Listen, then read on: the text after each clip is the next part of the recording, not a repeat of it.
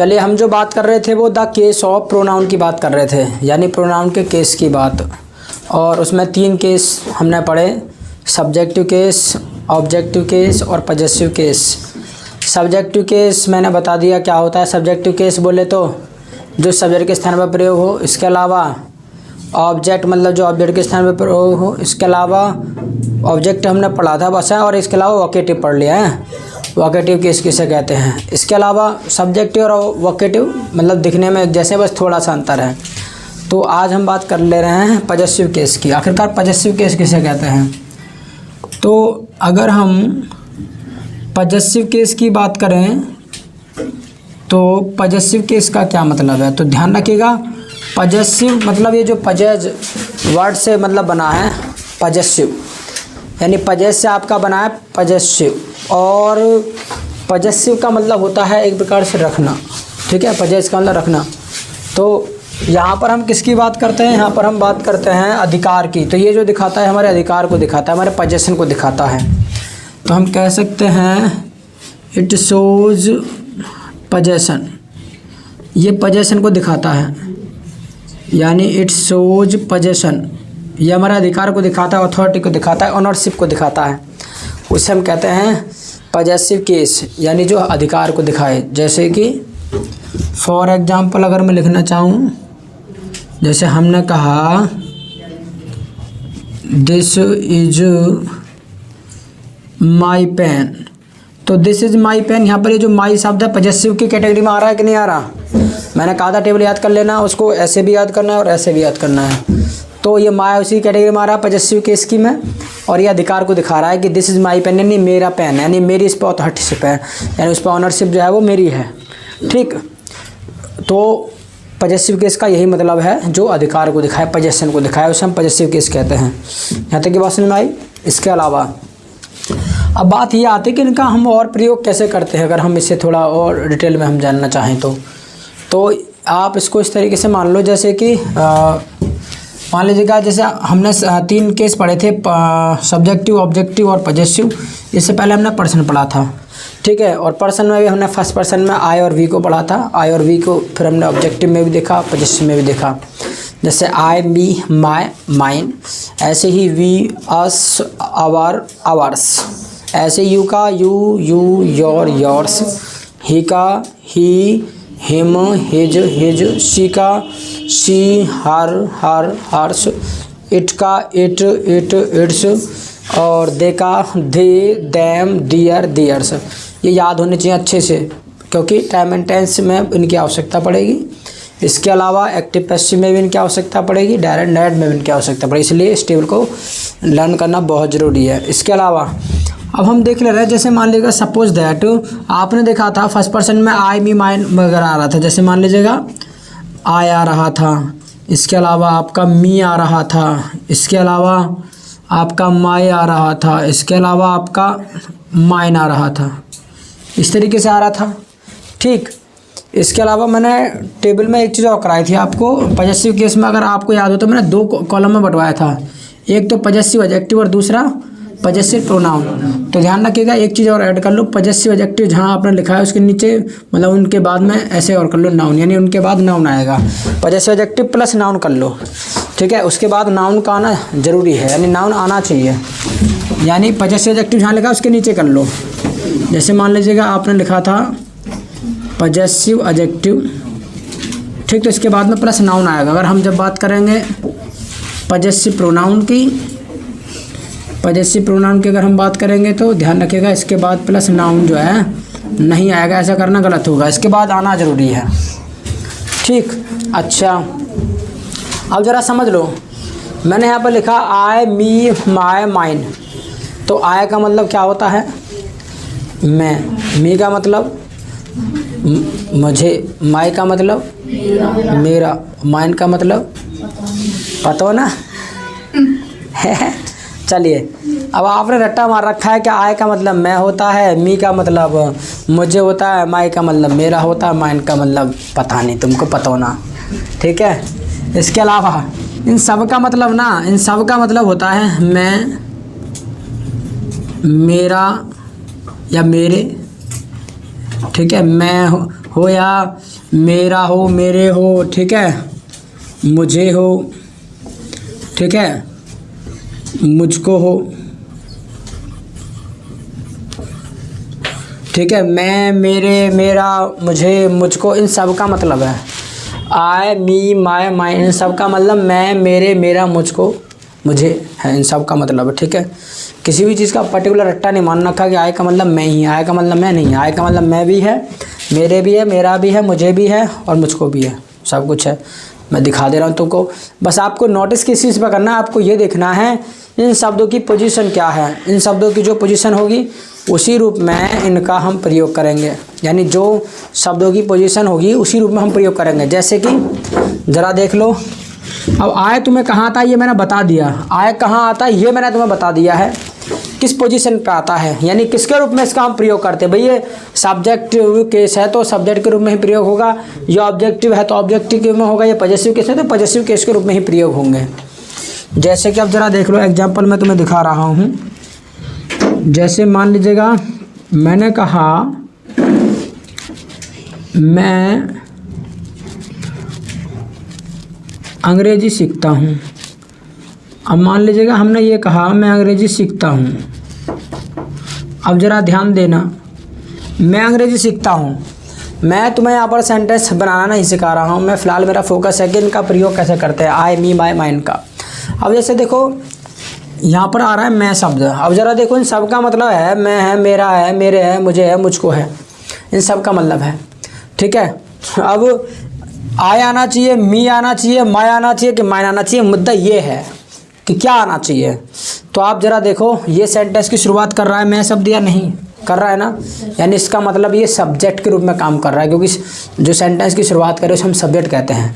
तो इसका मतलब ना तो मी आएगा, ना माई आएगा, ना माइन आएगा, सब्जेक्टिव कैसा है, क्योंकि सब्जेक्ट के रूप में मतलब ये मैं आ रहा है शब्द, तो इसलिए यहाँ पर क्या आएगा, आय आएगा। बाद बाकी क्या आएगा वो तो बात की बात है, फिलहाल मैं ये समझाना चाह रहा हूँ कि इनका प्रयोग कैसे करते हैं, किस पोजीशन पे कैसे।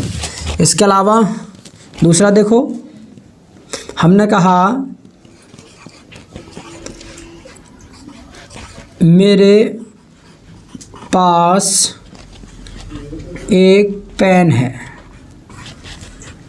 अब ज़रा देखो मेरे पास एक पेन है, तो मेरे पास एक पेन है।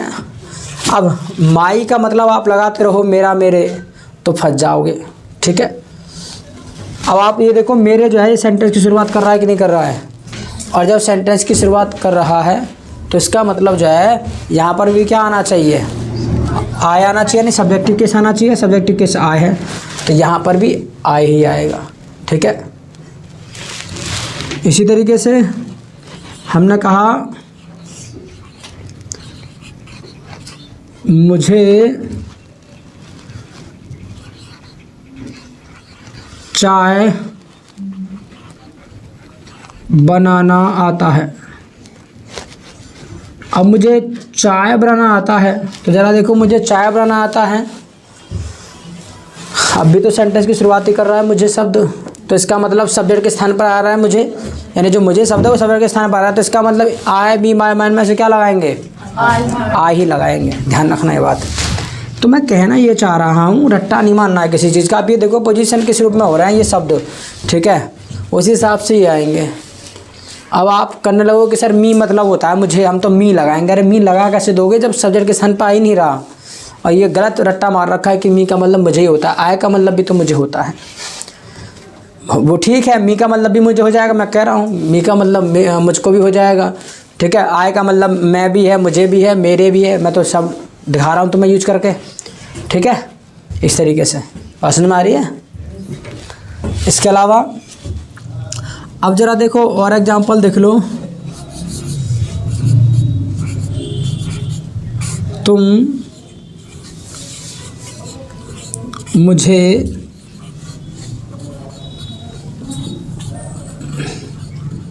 जानते हो।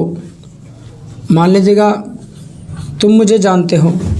अब तुम मुझे जानते हो, अब ज़रा देखो शुरुआत यहाँ पे क्या कर रहा है सेंटेंस की, तुम, मुझे आ रहा है शब्द, मुझे आ रहा है, तो अब यहाँ मुझे की इंग्लिश क्या लगाएं, आय लगाएं कि मी लगाएं कि माय लगाएं कि माइन लगाएं। अब मुद्दा ये है, तो ध्यान रखिएगा सेंटेंस की शुरुआत तो कर नहीं रहा है तो इसका मतलब आए तो आना नहीं है, रह गए तुम्हारे ये मी माय माइन।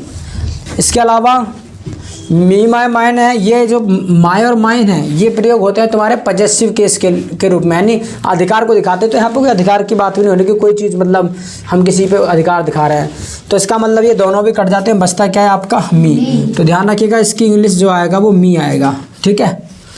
बाकी आगे पीछे क्या आएगा वो बात की बात है, फिलहाल मैं तो ये सिखाना चाह रहा हूँ कि आई मी माई माइन का प्रयोग करेंगे कैसे, ठीक है, और इनका मतलब क्या होता है। और वो रट्टा नहीं लगाना कि तुमको जो है आय का मतलब मैं होता है, मी का मतलब मुझे होता है, ठीक है, इस बात को कह रहा हूँ मैं। इसके अलावा और देख लो,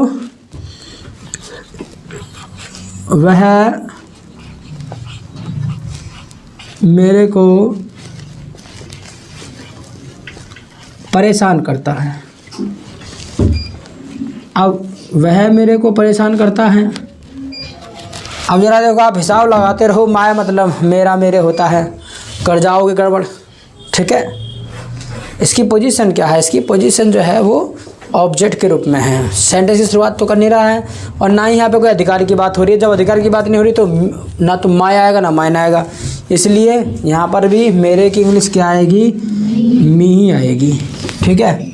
हम ये भी कह सकते हैं वह मुझको परेशान करता है, क्योंकि हमारे बोलने का वो है ढंग बस, वह मुझको परेशान करता है तो भैया मुझको के लिए भी मी आना है। तो मी का मतलब मुझको भी हो गया, मेरे भी हो गया, मुझे भी हो गया, ठीक। इसके अलावा और एग्जाम्पल देख लो। अब आखिरकार इनका कहाँ प्रयोग होगा, किन का आखिरकार, माय और माइन का, तो ये इनका प्रयोग होगा अधिकार के रूप में।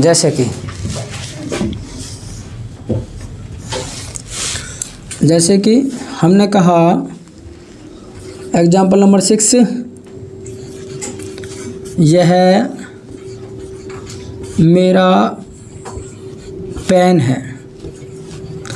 हमने कहा यह मेरा पेन है, तो यह मेरा पेन है, तो अब ज़रा ध्यान लगाना, मेरा शब्द आ रहा है, ठीक है, मेरा शब्द आ रहा है तो भाई आय का मतलब भी मेरा है, ठीक है, मी का मतलब भी, माय का मतलब भी, माइन का मतलब भी, सबका मतलब है मेरा, मुझको, मुझे।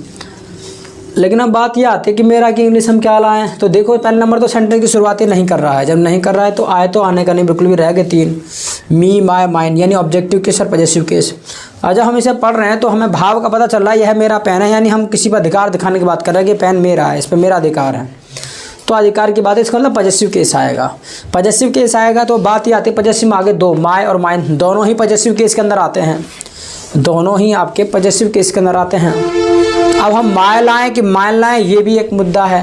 तो इसे जानने के लिए आपको ये देखना है कि मेरा ये जो शब्द है, जो अधिकार वाला शब्द है, इसके बाद में कोई नाउन तो नहीं आ रहा है। अगर इसके बाद में नाउन आ रहा है तो आएगा माय, यानी पॉजेसिव एडजेक्टिव, क्योंकि इसमें पॉजेसिव केस में तो 2 पार्ट बताए थे मैंने कि भी पॉजेसिव एडजेक्टिव और पॉजेसिव प्रोनाउन है। पॉजेसिव प्रोनाउन के बाद तो आता नहीं है, लेकिन पॉजेसिव एडजेक्टिव के बाद नाउन आता है। तो यहाँ मेरा के बाद में नाउन आ रहा है, इसका मतलब माय आएगा, क्योंकि माय के बाद नाउन आ सकता, माइन के बाद नाउन नहीं आ सकता। तो ये जो सेंटेंस बनेगा कुछ तरीके से बनेगा। यहाँ पे जो अंग्रेजी आएगा इसका, दिस इज माय पेन, इस तरीके से, दिस इज माय पेन, तो आपका राइट हो जाएगा, क्योंकि हमने देखा कि माय के बाद नाउन आ जाता है लेकिन माइन के बाद नहीं आता। अगर हम कर दें इसे, दिस इज माइन पेन, तो ऐसा करना गलत हो जाएगा, ठीक है, जबकि माइन का मतलब भी मेरा, लेकिन ऐसा करना गलत हो जाएगा क्योंकि पॉजेसिव प्रोनाउन के बाद नहीं आता है, ठीक है। ये पॉजेसिव प्रोनाउन है माइन, क्योंकि पॉजेसिव केस में 2 खंड है, पॉजेसिव एडजेक्टिव है और पॉजेसिव प्रोनाउन है। ये तुम्हारा पॉजेसिव एडजेक्टिव के रूप में आ रहा है, तो इसलिए यहाँ पर ये आएगा, क्योंकि इसके बाद नाउन आता है, नाउन लगा दिया हमने।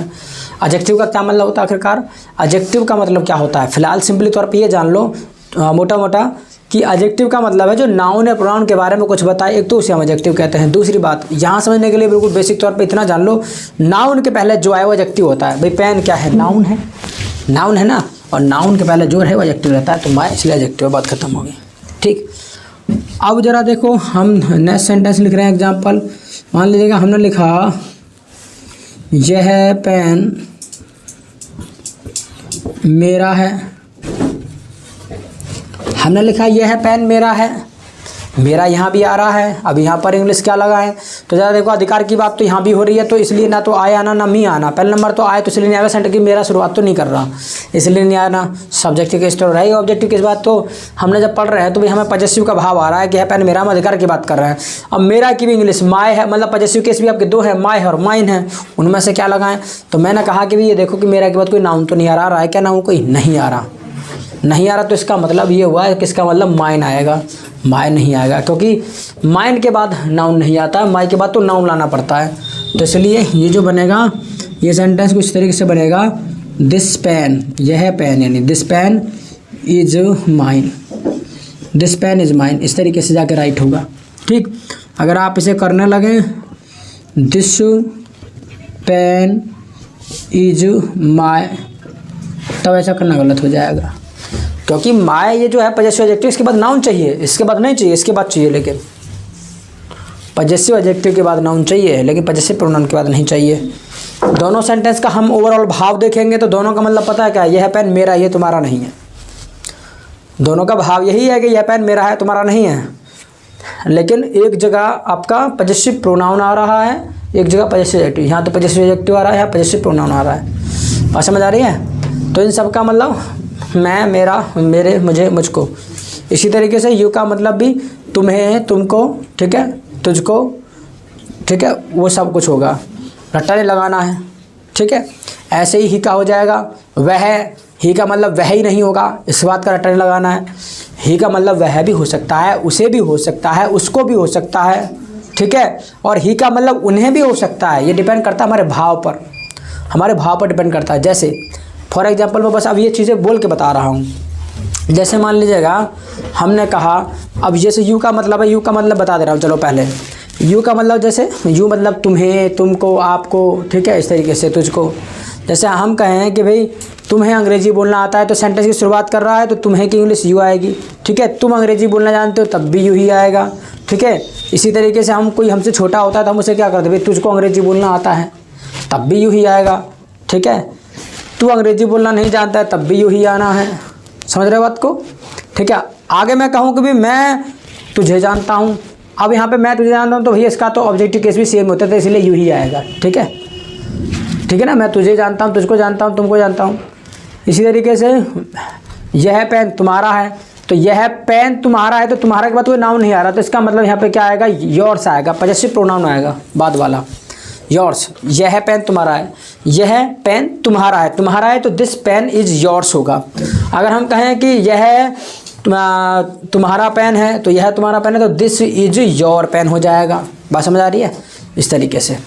इसके अलावा नेक्स्ट बात ऐसी ही की मैं कह रहा था, मैंने कहा ही का मतलब वह ही नहीं होता, रट्टा मार लो कभी, ही का मतलब वह होता है, नहीं। ही, हिम, हिज, इन सब का मतलब वह, उसको, उन्हें, ठीक है, उसको, उन्हें, इन सब का मतलब ही है। ही का मतलब ही का भी है और हिम का भी और हिज का भी, इन सब का मतलब। जैसे कि हम कहें वह अंग्रेजी बोलना जानता है, तो वह अंग्रेजी बोलना जानता है तो हमने लगा दिया ही, वह अंग्रेजी बोलना जानता है तो ही आएगा यहाँ पर। इसी तरीके से कहें हम कि भाई उसको अंग्रेजी बोलना आता है, तब भी ही आएगा, उसको की अंग्रेजी भी ही आएगी, ठीक है। सेंटेंस की शुरुआत कर रहा है ना वो शब्द सब्जेक्टिव केस के रूप में आ रहा है। हम कहें कि भाई उन्हें अंग्रेजी बोलना आता है, अब कोई मान लीजिएगा कोई एक व्यक्ति है, सम्मानित पर्सन है, तो हम उसे सम्मान के साथ बोलते हैं, हम कहते हैं कि भाई उन्हें अंग्रेजी बोलना आता है, तो उन्हें तब भी ही आना है। अब रट्टा मार लो कि दे का मतलब उन्हें होता है, तो फंस जाओगे। आप सेंटेंस के भाव को समझो, भाव क्या आ रहा है उसका, प्लस सेंटेंस की शुरुआत ही तो कर रहा है वो वर्ड, और हम उसे रिस्पेक्ट के रूप में उन्हें कह रहे हैं, बाकी तो वह ही है, ठीक है। कि भाई वह अंग्रेजी बोलना जानते हैं या उन्हें अंग्रेजी बोलना आता है, तब भी ही आएगा। वो एक अलग बात है कि उन्हें अंग्रेजी बोलना आता है, तो भाई वहाँ पे जब हम किसी ग्रुप को लेकर बात करें तब दे आ जाएगा, ठीक है, या वे अंग्रेजी बोलना चाहते हैं तब दे आ जाएगा, ठीक है, इस तरीके से।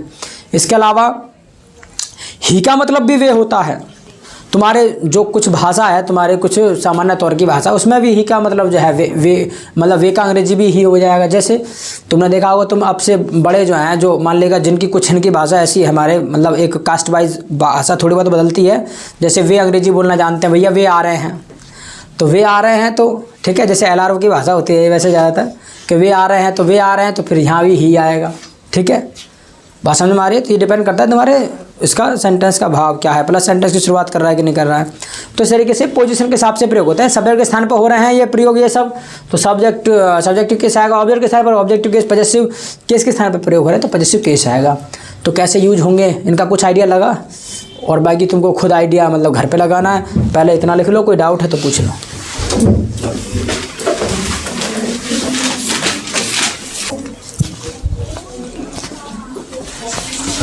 तो इस तरीके से हम इनका केस का प्रयोग करते हैं, सब्जेक्टिव का, ऑब्जेक्टिव का और पजेसिव का। इसके अलावा आज का क्लास यहीं छोड़ेंगे, बाकी चर्चा कल करेंगे। So thank you so much.